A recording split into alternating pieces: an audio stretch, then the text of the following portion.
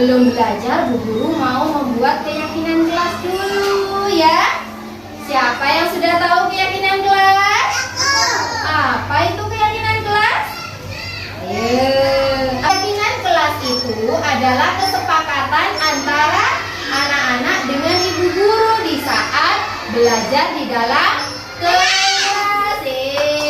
Jadi, keyakinan kelas itu harus dilaksanakan. Bisa nggak, anak-anak? Harus dikerjakan, harus ditaati. Bisa? Bisa. Sudah. Ini Bu Guru punya gambar loh. Coba dilihat di sini. Anak-anak duduk manis tetap ya. Yang sini menghadap sini. Ayo, sanaan. Nah, siapa yang tahu ini gambar apa? Belajar. Anak yang sedang belajar dan bersemangat.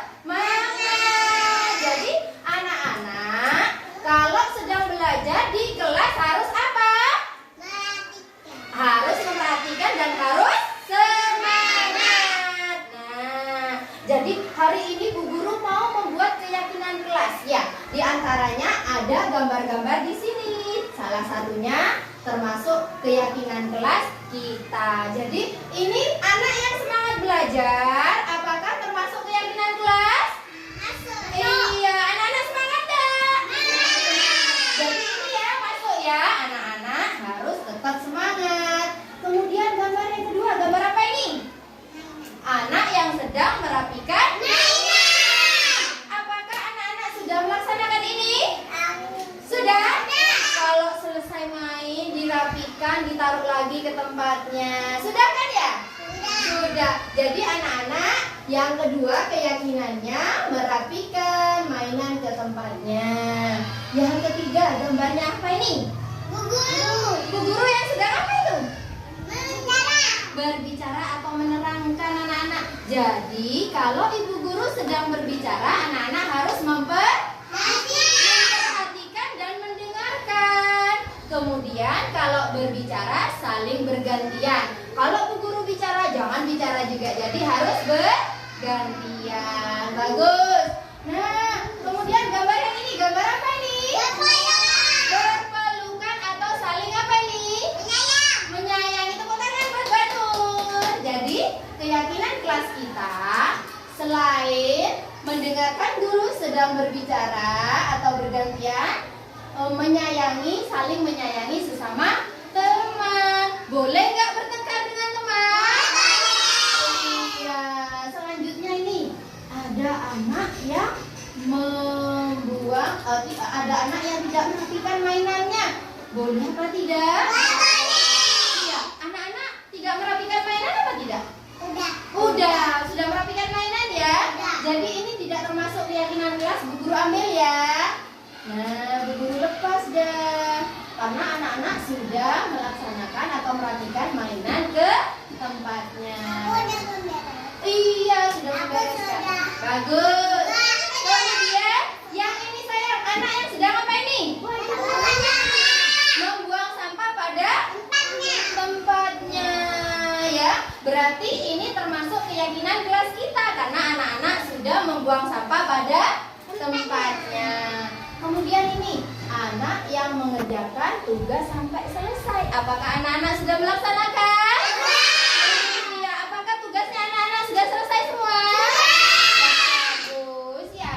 Tiap hari kalau ada tugas atau kegiatan dari Bu Guru harus diselesaikan. Berarti ini termasuk keyakinan kelas kita ya. Kemudian yang ini sayang, ada anak yang apa ini? Buang sampah sembarangan. Boleh apa tidak? Iya, jadi bukan termasuk keyakinan kelas kita ya. Karena anak-anak sudah membiasakan membuang sampah pada tempatnya. Jadi Bu Guru robek ya. Nah, iya dibuka karena bukan termasuk keyakinan kelas. Nih, yang terakhir anak, gambar apa ini anak? Gambar apa ini? Anak yang sedang belajar tapi kok tidak semangat murung, wajahnya murung. Boleh apa tidak anak? Iya, termasuk keyakinan kelas kita apa bukan? Bukan, karena tadi sudah di pertama anak yang semangat belajar. Jadi Bu Guru lepas ya. Ya. Jadi keyakinan kelas kita ada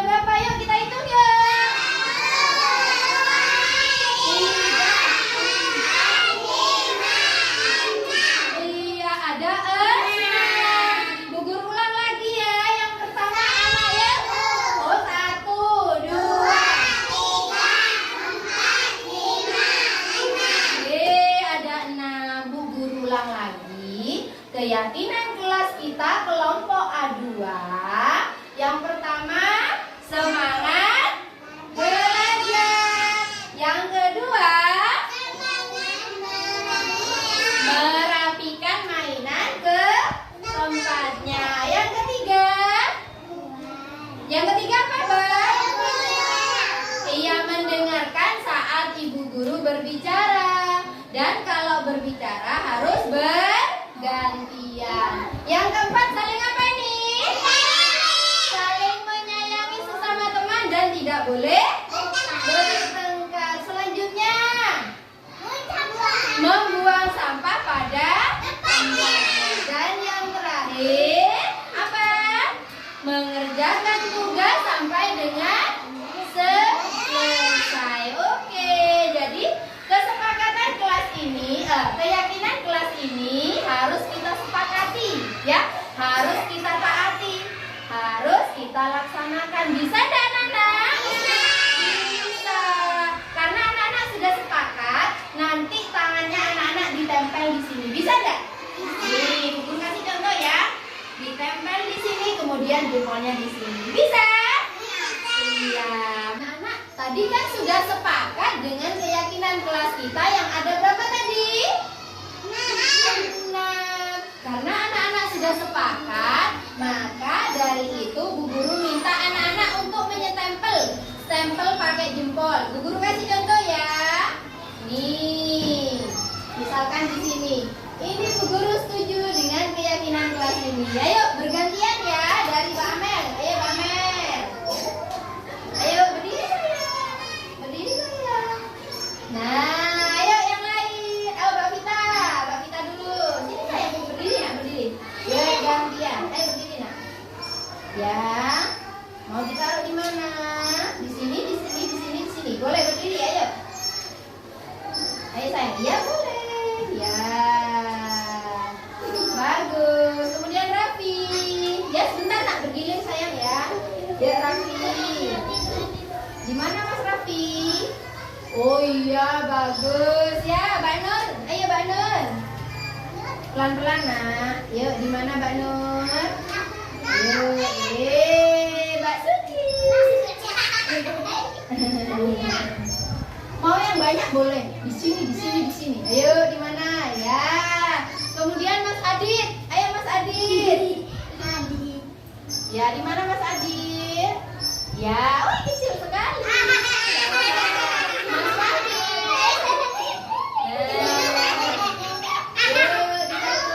Nah, bagus. Kemudian Mbak Tania ya sayang. Nah, yuk. Bagus. Ya, sayang.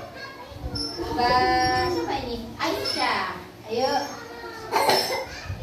Pinter. Siapa lagi? Mbak April, ayo April dulu. Ya. Bagus. Sudah April siapa? Mbak Lala, Mbak Fani. Sini sayang.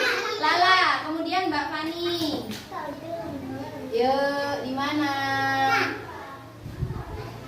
Nah, selanjutnya Mbak Fani. Iya. Tidak apa-apa di mana saja. Iya, bagus. Kemudian Mbak Devi. Ini sayang. Nah. Pintar. Yuk, kemudian Mbak Cinta. Yang terakhir Mbak Iza. Ayo Mbak Iza. Nah. Ya, bagus. Terima kasih. Duduk manis lagi ya. Nah, halo. Karena anak-anak sudah menempel jempolnya di keyakinan kelas kita, jadi anak-anak harus mentaatinya. Bisa? Harus melaksanakannya dan tidak boleh dilanggar. Ya sudah, terima kasih. Wassalamualaikum warahmatullahi wabarakatuh.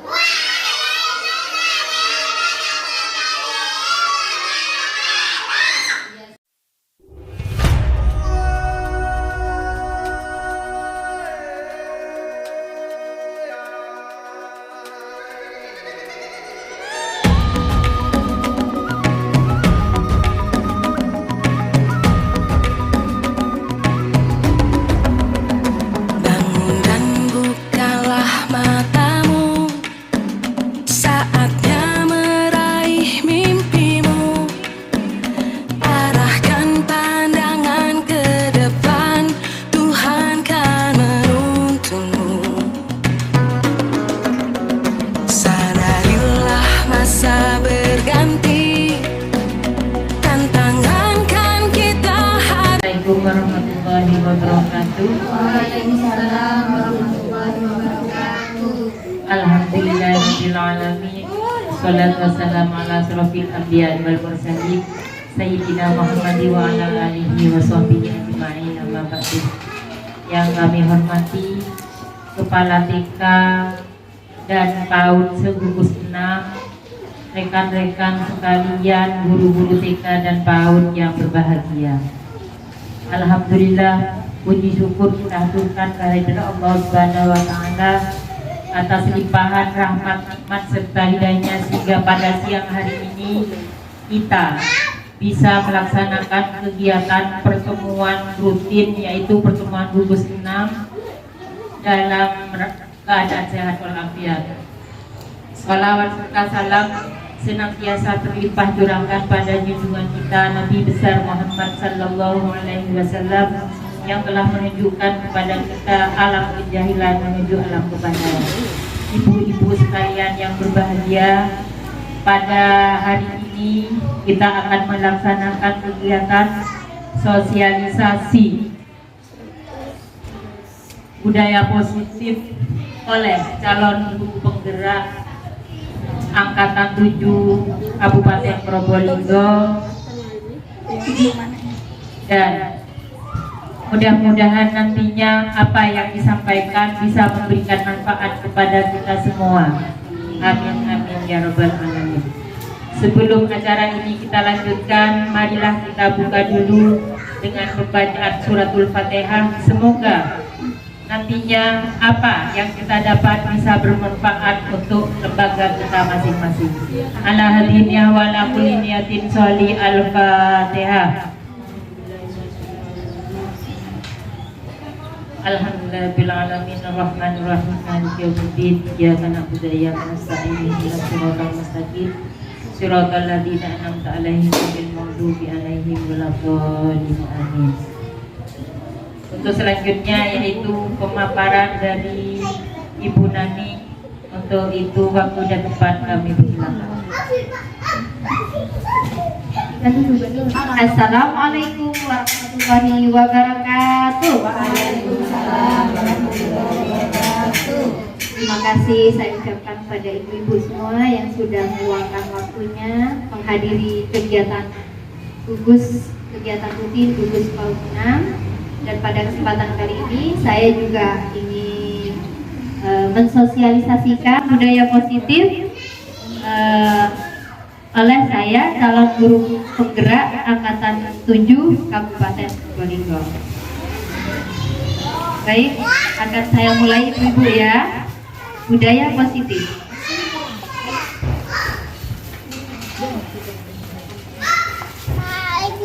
Arti budaya. Kata budaya merupakan bahasa yang berasal dari bahasa Sanskerta, yaitu budaya, yang merupakan bentuk jamak dari budi yang memiliki arti budi atau akal.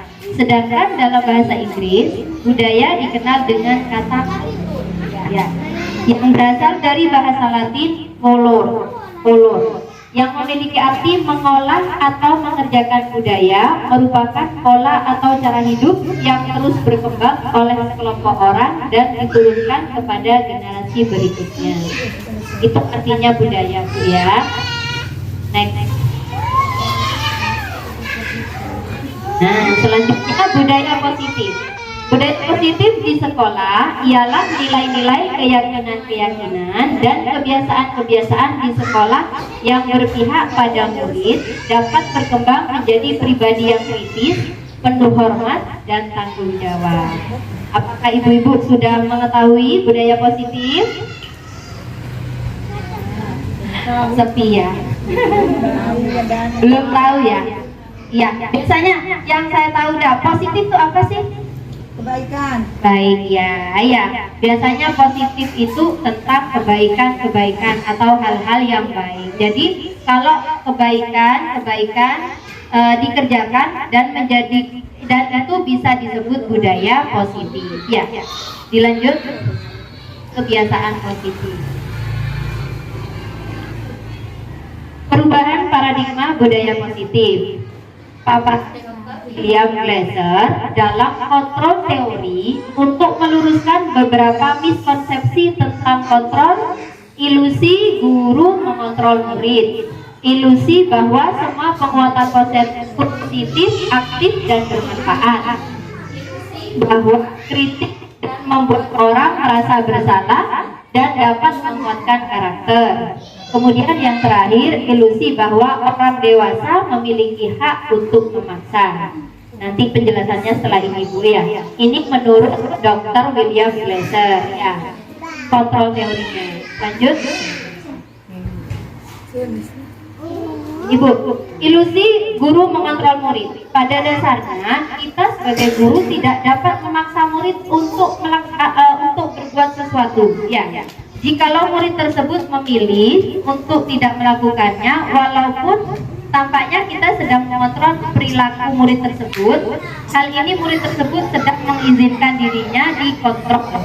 Saat itu bentuk kontrol guru menjadi kebutuhan dasar dan dipilih murid tersebut. Menyatakan bahwa semua perilaku memiliki tujuan, bahkan terhadap perilaku yang tidak disukai anak-anak. Ya. Lanjut. Masih tentang teori-teori yang tadi Bu ya. Ilusi bahwa semua penguatan positif, efektif dan bermanfaat. Penguatan positif atau bujukan adalah bentuk-bentuk kontrol segala usaha untuk mempengaruhi murid agar mengulangi suatu perilaku tertentu. Adalah suatu usaha untuk mengontrol murid tersebut dalam jangka waktu tertentu. Kemungkinan murid tersebut akan menyadarinya dan mencoba untuk menolak bujukan kita, atau bisa jadi murid tersebut menjadi tergantung pada pendapat sang guru untuk berusaha. Jadi kita sebagai guru itu membujuk itu merupakan salah satu kontrol ya kepada anak-anak kita. Tapi itu juga tidak baik ya untuk selalu membujuk, karena bisa apa ya, ketergantungan. Kalau tidak bujuk anaknya tidak mau, begitu ya. Lanjut. Ilusi bahwa kritik dan bersalah dapat menguatkan karakter. Kritik dan rasa bersalah untuk mengontrol murid menuju pada identitas gagal. Mereka belajar untuk merasa buruk tentang diri mereka. Mereka mengembangkan diri yang negatif, kadangkala sulit untuk mengidentifikasi bahwa mereka melakukan perilaku ini. Karena seringkali guru cukup menggunakan suatu suara halus untuk menyampaikan pesan negatif ya. Jadi apa ya, mengkritik anak-anak meskipun dengan bahasa halus gitu ya, dapat apa ya, anak-anak jadi kayak gagal, saya tidak bisa gitu ya, meskipun dengan kata-kata halus sehalus-halusnya sudah ya. Kalau itu merupakan kritikan untuk anak kita, itu kurang bagus ibu-ibu ya. Lanjut. Ilusi bahwa orang dewasa memiliki hak untuk memaksa. Banyak orang dewasa yang percaya bahwa mereka memiliki tanggung jawab untuk membuat murid-murid berbuat hal-hal tertentu. Apapun yang dilakukan dapat diterima selama ada sebuah kemajuan berdasarkan sebuah pengukuran kinerja. Pada saat itu pula orang dewasa akan menyadari bahwa perilaku memaksa efektif untuk jangka waktu panjang dan sebuah hubungan perumusan akan terbentuk. Ya, kadang anak-anak kan ada yang dipaksa kan ya. Ternyata memaksa itu merupakan apa ya, bisa membuat murid-murid itu bukannya mau, malah tidak mau ya kalau dipaksa ya. Ya, berontak katanya Bu Guru. Lanjut. Filsafat pendidikan Ki Hajar Dewantara bahwa sekolah pada dasarnya adalah tempat bersemainya benih-benih kebudayaan, pembentukan karakter positif. Maka pembentukan karakter positif bisa dilakukan jikalau sekolah memberikan lingkungan yang mengembangkan budaya positif. Dalam pembentukan budaya positif, sekolah guru memahami hal-hal berikut. Jadi budaya positif itu memang harus terus diterapkan Ibu ya. Lanjut Mbak. Arti disiplin dan 3 motivasi perilaku manusia.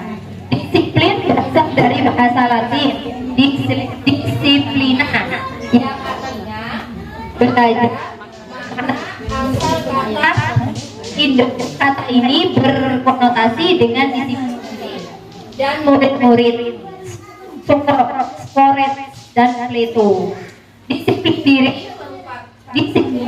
membuat orang menggali potensi menuju sebuah tujuan apa yang dia hargai dalam budaya kita.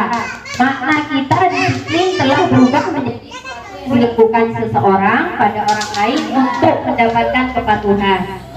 Kecenderungan umum adalah menghubungkan kata disiplin dengan ketidaknyamanan, bukan apa yang kita hargai atau pencapaian suatu tujuan. Atau mungkin ibu-ibu ya, disiplin itu apa sih? Disiplin. Hah? Tepat waktu. Apa lagi? Biasanya kalau sudah dengar disiplin, ibu-ibu itu langsung menujunya kemana? Apa Bu? Tepat waktu kalau disiplin ya. Tertib banyak, disiplin itu banyak. Lanjut Mbak.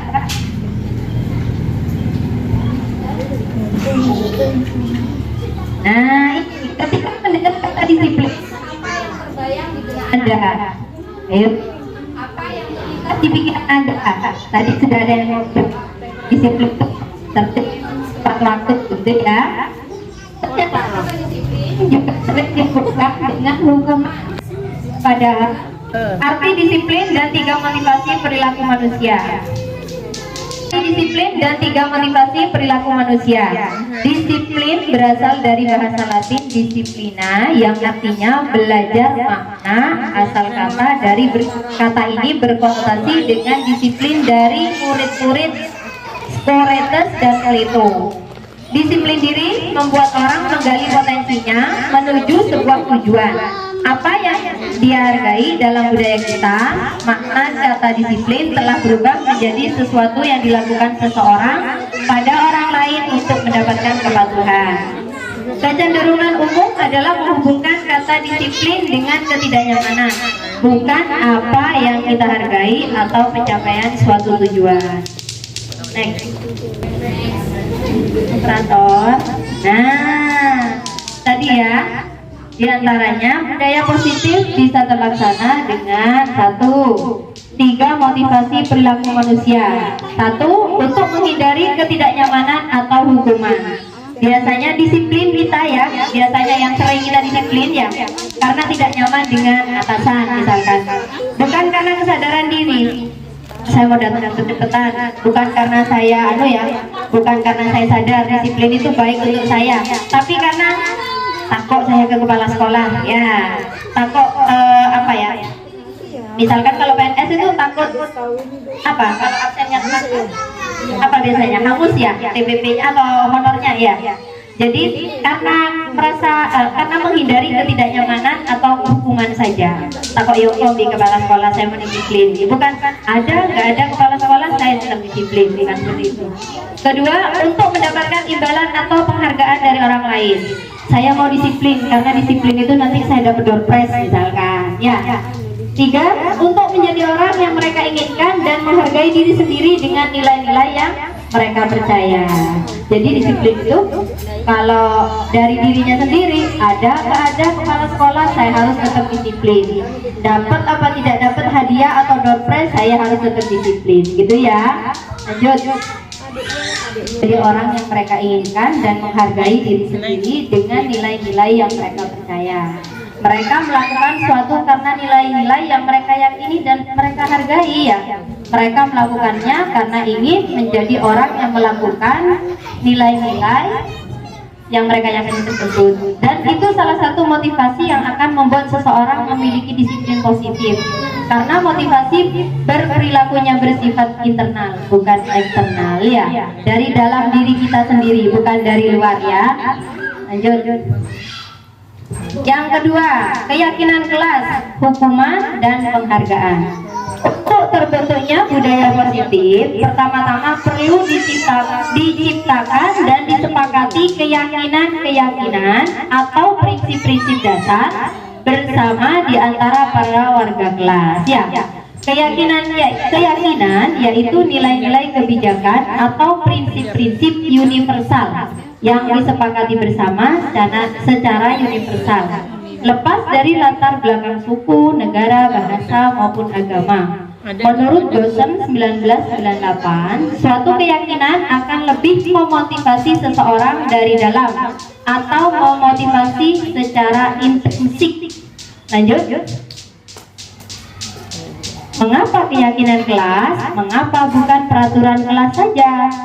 Mengapa adanya keyakinan kelas penting untuk terbentuknya sebuah budaya positif? Bagaimana cara mewujudkan sebuah keyakinan kelas yang efektif?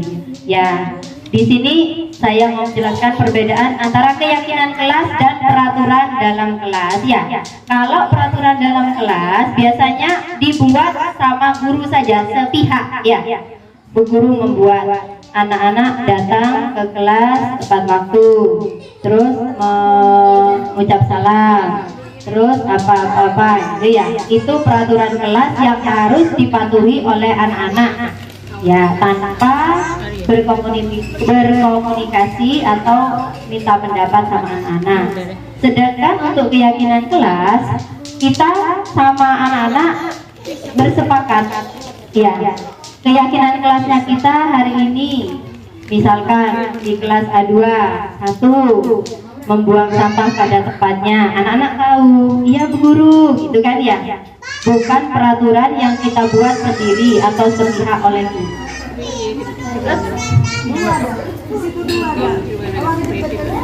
Nah, suatu keyakinan akan lebih memotivasi seseorang dari dalam atau memotivasi secara intrinsik. Seseorang akan lebih tergerak dan bersemangat untuk menjalankan keyakinannya daripada hanya sekedar mengikuti serangkaian peraturan. Nah, jadi anak-anak akan lebih termotivasi karena sudah janji ya sama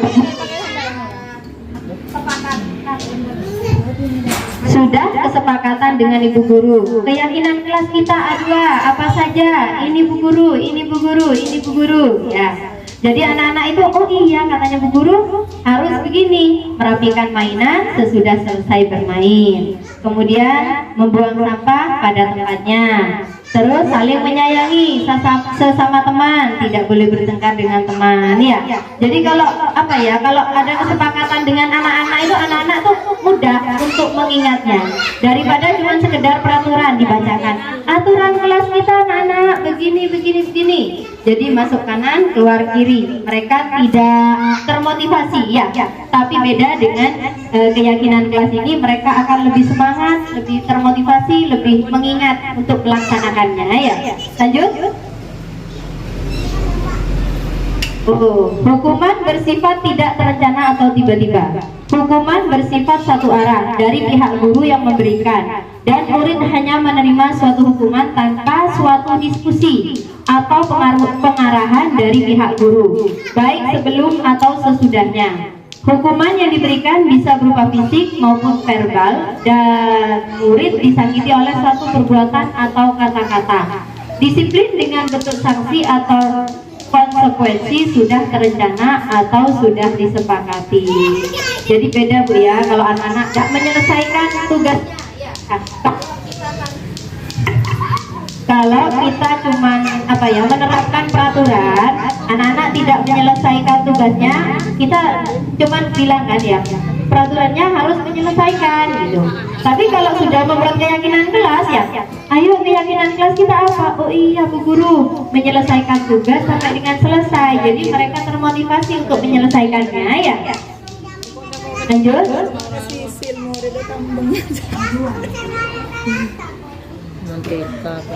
Oh ini, menurut Aldicott, Punished by Reward 93, wawancara ASCD Annual Conference Maret 1995, mengemukakan baik penghargaan maupun hukuman adalah cara-cara mengontrol perilaku seorang yang menghancurkan potensi referensi untuk pembelajaran yang sesungguhnya. Menurut Kon, secara ideal tindakan belajar itu sendiri adalah penghargaan sesungguhnya. Ternyata apa ya, ngasih penghargaan atau hukuman ke anak-anak itu tidak baik ya. Iya, karena mereka bisa tergantungan. Misalkan, ayo yang selesai duluan Bu Guru kasih permen. Nah, besoknya lagi tanya, Bu Guru kasih permen enggak? Gitu. Kalau enggak mau kalau enggak dikasih permen ataupun imbalan ataupun pujian, mereka malas-malasan. Karena bukan timbul dari dirinya sendiri. Ya.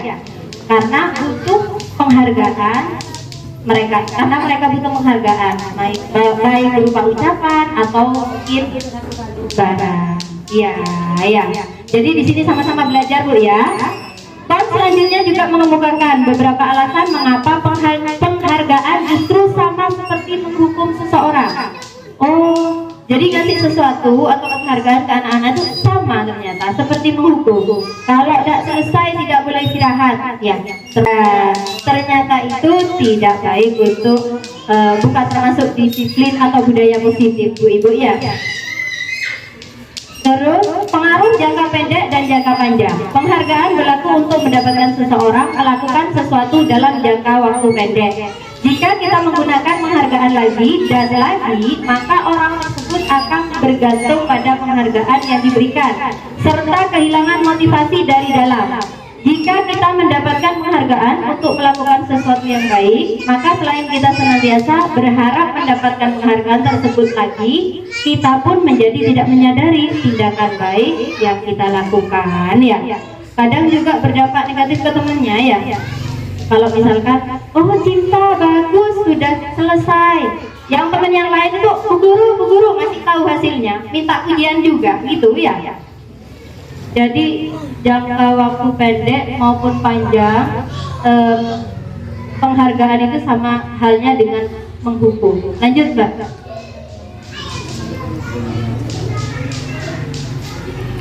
Sama ini ya. Lanjut Mbak. Oh ini, penghargaan itu tidak efektif. Suatu penghargaan adalah suatu benda atau peristiwa yang diinginkan, yang dibuat dengan persyaratan. Hanya jika Anda melakukan hal ini, Anda akan mendapatkan penghargaan yang Anda inginkan. Nah, seperti yang tadi ya, sama ya. Ayo yang selesai duluan Bu Guru kasih kue. Ya, yang selesai duluan Bu Guru kasih bintang 4, gitu ya. Oh, lanjut.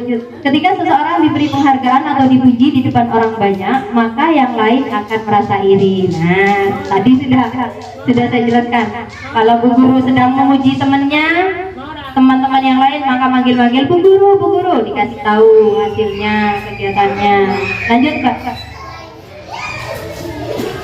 Oh ya, penghargaan sekali ketepatan. Anak-anak diminta mengingat kata-kata tertentu. Kemudian mereka diminta mengambil kartu yang berisi kata-kata yang diingat tersebut setiap kali muncul. Beberapa anak diberikan permen setiap mereka memberikan jawaban yang benar, dan sebagian yang lainnya hanya diberitahu saja. Ya. Jadi kalau mau ngasih permen semuanya dikasih Ibu ya. Hasilnya, soalnya kalau kita ngasih yang misalkan juara 1, 2, 3, anak-anak kan ya seneng. Tapi kan kasihan yang lainnya nggak bisa sih melihat saja ya. Hasilnya anak-anak yang mendapatkan permen jawabannya banyak. Kenapa Bu? Iya temannya ya. Anak-anak yang mendapatkan permen jawabannya banyak yang tidak tepat dibandingkan anak-anak yang hanya diberitahu jawabannya benar. Ternyata juga ya, yang mendapatkan permen itu tidak tepat. Lanjut. Penghargaan menghukum. Mau hapus Mbak Nur? Oh berarti penghargaan menghukum mereka yang tidak mendapatkan penghargaan. Misalnya dalam sistem ranking, mereka yang mendapatkan ranking kedua akan merasa dihukum. Penghargaan dan hukuman adalah hal yang sama, karena keduanya mencoba mengendalikan perilaku seseorang. Karena orang pada dasarnya tidak suka dikendalikan dalam jangka waktu lama. Penghargaan akan terlihat sebagai hukuman jika suatu penghargaan diharapkan namun tidak mendapatkannya, Anda tidak merasa dihukum. Sudah Bu tadi dijelaskan. Nah, ini sudah pembentukan keyakinan kelas ya. Keyakinan kelas itu bersifat lebih abstrak daripada peraturan yang lebih rinci dan konkret. Terus yang kedua, keyakinan kelas berupa pernyataan-pernyataan universal. Yang selanjutnya, pernyataan keyakinan kelas senantiasa dibuat dalam bentuk positif. Keyakinan kelas hendaknya tidak terlalu banyak sehingga mudah diingat dan dipahami oleh semua warga kelas. Jadi keyakinan kelas untuk awal-awal mungkin bisa 5 dulu, jangan langsung 10, 20. Susah anak-anak ya, apalagi anak TK untuk mengingatnya ya. Bagi yang mampu ya mungkin mudah-mudah saja, kasihan bagi yang ketinggalan. Keyakinan kelas sebaiknya sesuatu yang dapat diterapkan di lingkungan tersebut. Semua warga kelas hendaknya ikut berkontribusi dalam pembuatan keyakinan kelas lewat kegiatan curah pendapat. Seperti saya jelaskan tadi, anak-anak dimintai pendapat. Ayo, keyakinan kelas kita. Terus misalkan kita kasih gambar, dikasih contoh yang baik-baik, yang positif-positif ya. Kemudian keyakinan kelasnya jangan itu saja. Jadi ditinjau. Kalau sudah mereka dirasa sudah banyak yang mampu, sudah sudah agak lama itunya, boleh diganti dengan hal yang baru, keyakinan kelas yang baru diperbarui. Lanjut. Yang ketiga, 5 kebutuhan dasar manusia. 1. Kebutuhan bertahan hidup. 2. Cinta dan kasih sayang. 3. Penguasaan atau kebutuhan pengakuan atas kemampuan. 4. Kebebasan atau kebutuhan akan pilihan. 5. Kesenangan, kebutuhan untuk merasa senang. Ini ya 5 kebutuhannya manusia ya. Lanjut. Nah, ini kita sebagai yang keempat ya, kita sebagai guru punya 5 posisi kontrol. 1. Penghukum. 2. Membuat orang merasa bersalah. 3. Kita sebagai teman. 4. Monitor atau pemantau. Yang kelima, manajer. Lanjut. Yang kelima, yang terakhir ini ya, restitusi.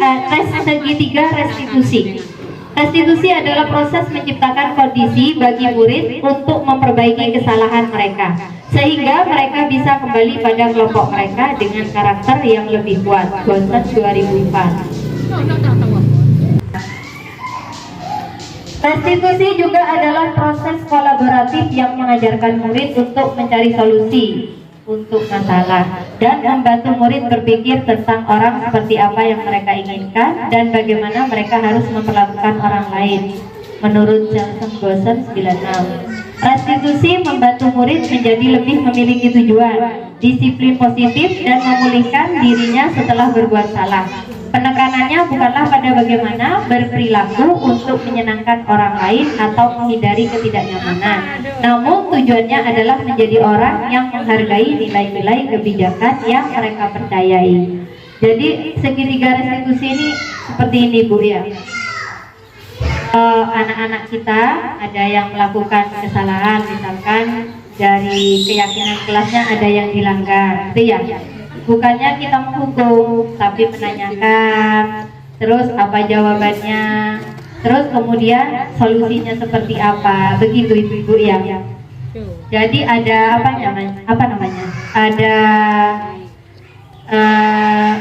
umpan balik. Ya, ada umpan baliknya. Bukan hanya sekedar kamu melanggar keyakinan kelas, kamu dihukum. Ini Bu Guru, itu seperti itu, sikap seperti itu boleh apa tidak? Tidak boleh Bu Guru. Nah, karena tidak boleh, seharusnya Mbak harus bagaimana? Minta maaf Bu Guru, misalkan kalau bersalah, bertengkar, misalkan ya. Terus kalau merapikan mainannya, ayo bagaimana? Iya mau merapikan Bu Guru ya. Atau mungkin mengembalikan mainannya temannya yang dipinjam tanpa izin. Lanjut. Oh, ini ciri-ciri restitusi. Restitusi bukan untuk menebus kesalahan, namun untuk belajar dari kesalahan ya. Bukan untuk karena kamu sudah bersalah, kamu sudah bertengkar, kamu harus maaf, bukan seperti itu. Tapi biar belajar yang sudah diperbuat ya. Restitusi memperbaiki hubungan. Jadi yang tadinya marah-marahan sama temannya, bertengkar, kemudian minta maaf, baik lagi, bermain bersama lagi. Restitusi adalah tawaran, bukan paksaan. Ya, Mbak Rohma, kamu sudah bertengkar sama ini, kamu harus minta maaf, bukan seperti itu ya. Seperti yang saya jelaskan tadi, ditanya, ditawarkan, bagaimana sikapnya harusnya kalau sudah melanggar, baru dilaksanakan ya, bukan bu guru yang maksa. Jadi monggo ibu-ibu bisa mempraktekkan nanti di lembaga masing-masing ya.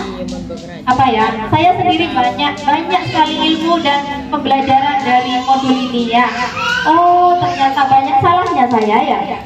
Dari yang sudah saya lakukan tuh banyak merahnya. Kemudian restitusi mencari kebutuhan dasar yang mendasari tindakan. Nah, dicari kenapa gitu. Bukan karena kamu ini, bukan. Ditanya dulu kenapa, penyebabnya apa gitu ya. Restitusi fokus pada karakter bukan tindakan. Restitusi menguatkan. Kemudian restitusi fokus pada solusi ya. Sudah tadi depan panjang lebar. Restitusi mengembalikan murid yang berbuat salah pada kelompoknya. Sekian, terima kasih. Saya akhiri. Wassalamualaikum warahmatullahi wabarakatuh.